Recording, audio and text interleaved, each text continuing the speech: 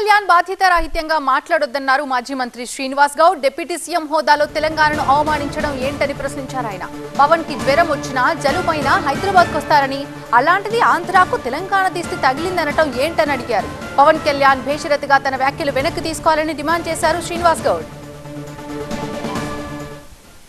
ఆయన deputy chief minister Andhra Pradesh, ఒక cinema actor కాదు, ఒక డిప్యూటీ సీఎంగా బాధ్యతాయుతంగా మాట్లాడాలి తప్ప బాధ్యత లేకుండా ఏదంటే అది పడితే గాలికి మాట్లాడితే బాగుండదు. అది ఇలా ఆయనకు మొన్న వైరల్ ఫీవర్ వచ్చింది, యాడికి వచ్చిండు?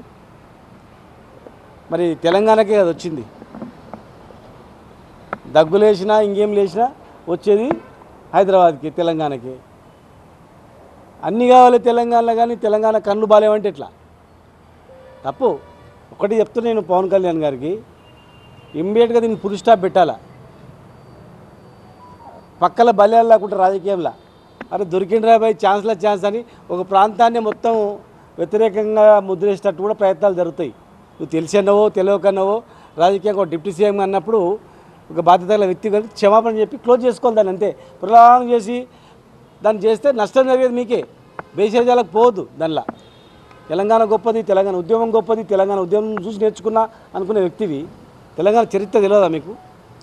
స్వాతంత్రం రాకముందు ఈ ప్రాంతానికి ఇతర దేశాల్లో 11 దేశాల్లో రాయబార కార్యాలయాలు ఉన్నాయి. ఎక్కడ ఉందా ఎక్కడైనా చరిత్రలో?